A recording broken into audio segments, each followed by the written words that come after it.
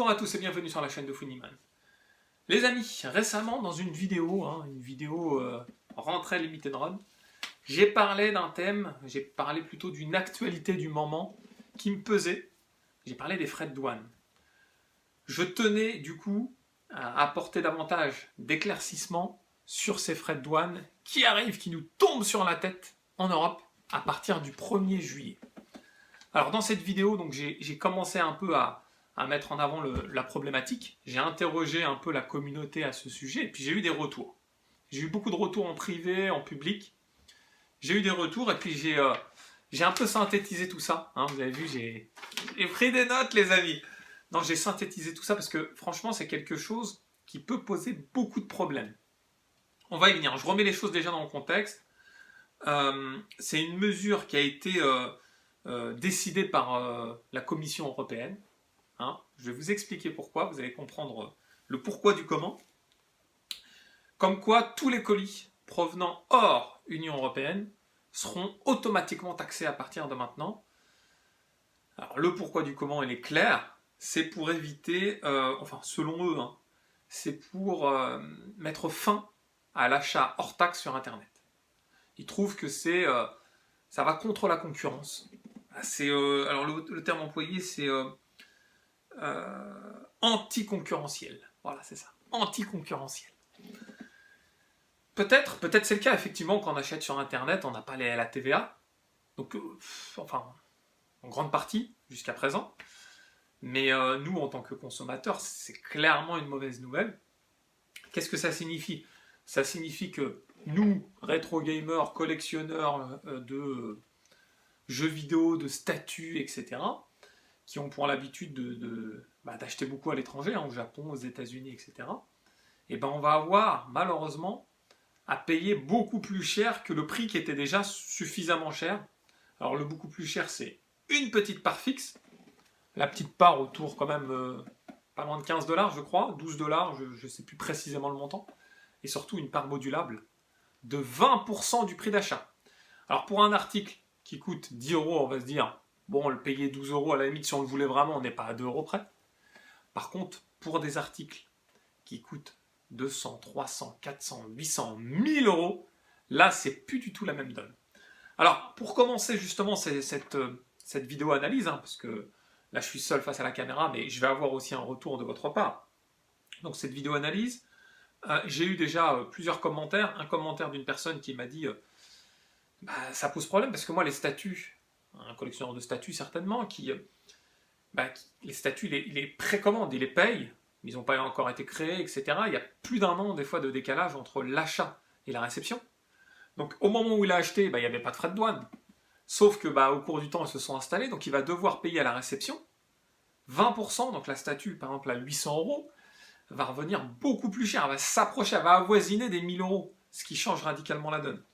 Il y aura deux types, évidemment, soit on sera ponctionné à la source, au moment du paiement, on rajoute 20%.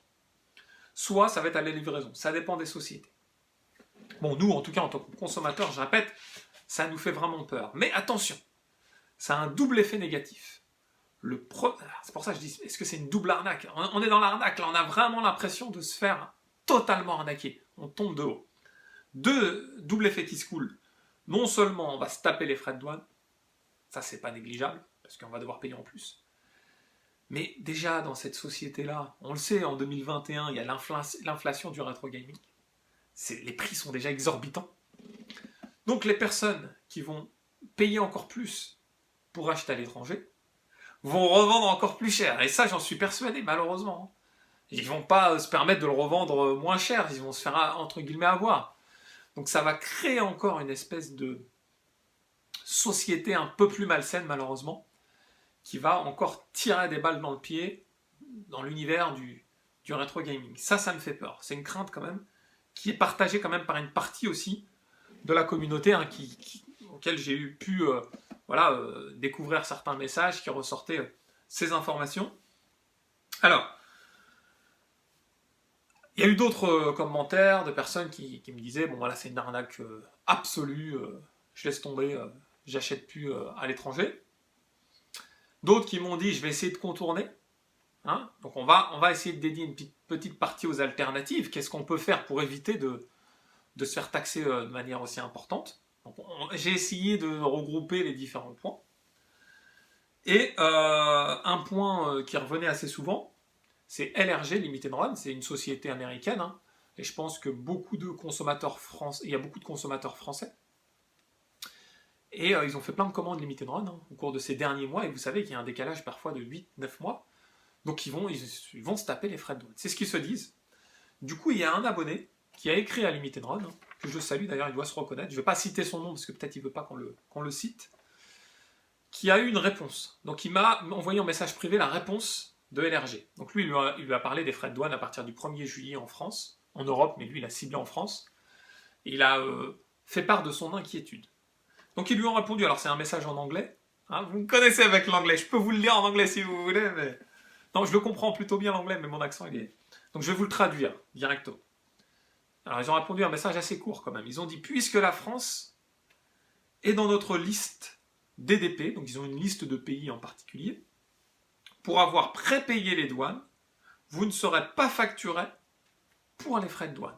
Alors effectivement, si c'est vrai, parce que je pense que s'ils répondent ça, c'est qu'ils se sont vraiment renseignés, ils sont dans le vif du sujet, c'est quand même plutôt un point positif pour nous, consommateurs, en tout cas pour LRG, Limited Run. Je suis toujours sceptique, même si la société elle-même me donne cette information, j'ai toujours une part de doute. Mais bon, là, c'est quand même important de mettre en lumière cette réponse qui est a priori très positive pour les consommateurs Limited Run. Évidemment, vous allez me dire, mais il n'y a pas que ça. Il y a plein de sociétés. Hein. Il y a des sociétés au Japon avec des belles figurines, des beaux collecteurs, etc. Évidemment, toutes les sociétés n'ont pas, à mon avis, ce partenariat. Et ça va engendrer des frais. Je pense qu'il faut, alors, si on vient au conseil selon Funiman, mais pas que, conseil que j'ai pu récolter avant de réaliser cette vidéo au sein d'une bonne partie d'entre vous. Alors, le premier conseil qui ressort, et je pense que c'est pas un mauvais conseil, c'est d'acheter en Europe, pour faire vivre les sociétés qui sont autour de nous, en particulier les sociétés françaises. Hein, je pense en particulier à Pix & Love, mais il y en a d'autres qui proposent des produits de qualité en France sans frais de douane évidemment, et puis avec des frais peut-être de livraison peut-être moins élevés vu que c'est France à France. Ça c'est une possibilité. Il y a des sociétés allemandes aussi qui ont des produits un peu rétrobit, etc., qui permettent aussi d'éviter ce genre de frais. Donc c'est une première alternative, c'est de se cloisonner hein, localement en Europe, essayer de faire une recherche pour essayer d'éviter d'acheter à l'étranger. J'aurais tendance à dire, c'est à double tranchant. D'un côté, on fait profiter à la société actuelle dans laquelle on vit. Et d'un autre côté, on se cloisonne vraiment, on se met des barrières. Et je ne pense pas qu'en 2021, on soit dans ce monde-là à se renfermer. Hein, on apprécie le Japon, on apprécie les États-Unis, on apprécie tout ça. Bon, malheureusement, comment dire, j'allais dire leur arnaque. Non, excusez-moi, c'est pas le terme, mais leur décision là de fixer les frais de douane, les frais de TVA, donc en gros pour éviter cette concurrence déloyale qui est l'achat internet. Moi, je trouve que ça peut créer aussi d'autres conflits et des cloisonnements. Donc, je suis pas tout à fait pour. Après, certains vont dire oui, mais Funiman aussi, ça peut éviter de piller le Japon, parce qu'on a beaucoup pillé le patrimoine rétro gaming vidéoludique du Japon. Pareil, j'en suis pas persuadé, parce que généralement, si on achète au Japon, qu'on fait l'effort de faire plusieurs achats, etc., c'est qu'on est vraiment passionné, et puis que notre but, c'est pas de revendre des produits, c'est juste de faire vivre aussi le Japon, montrer notre amour pour le Japon et ses produits, donc je sais pas. Tout ça, c'est peut-être un autre débat. Bon, donc les alternatives, on y revient, celles déjà citées. Autre alternative que je juge intéressante, mais qui peut nécessiter un peu de travail, ça serait de faire vivre des particuliers qui ont un peu cette habitude de faire des va-et-vient entre, par exemple, le Japon et la France. Je prends l'exemple du Japon parce que on a quand même beaucoup de commandes qui viennent du Japon, donc on le précise. Donc eux, ils font beaucoup de voyages entre France et Japon, et puis ils prennent des commandes. Par exemple, moi je vais leur dire, moi je veux tel produit, tel produit, tel produit. Ils vont faire leurs recherches, un peu comme des courtiers, voilà. Ils vont faire leurs recherches au Japon, ils vont essayer de m'obtenir les meilleurs prix, les meilleures qualités, Ils vont me dire, voilà, les prix sont ça, ça, ça, ça, et ils vont prendre une petite marge. Je dis une petite, bien moindre par rapport aux frais de douane. Et puis ils me disent, bah écoute, c'est pas compliqué, quand je reviens en France, je te transfère le colis de la France à la France en fait. Donc j'ai juste les frais de livraison.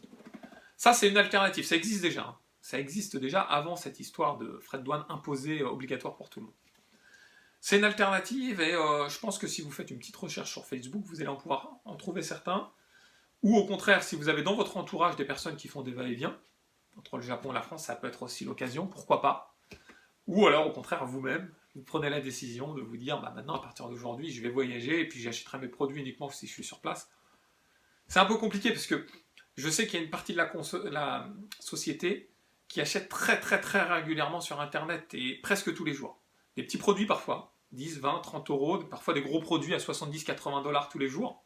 C'est leur passion.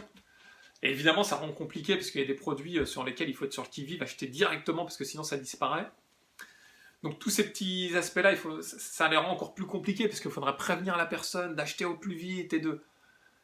Je pense que c'est pour les achats non pressés, ça peut valoir le coup. Pour les achats vraiment où on a l'épée Damoclès au-dessus de la tête, ça paraît compliqué. Soit on se tape les frais, soit non, à mon avis. Hein.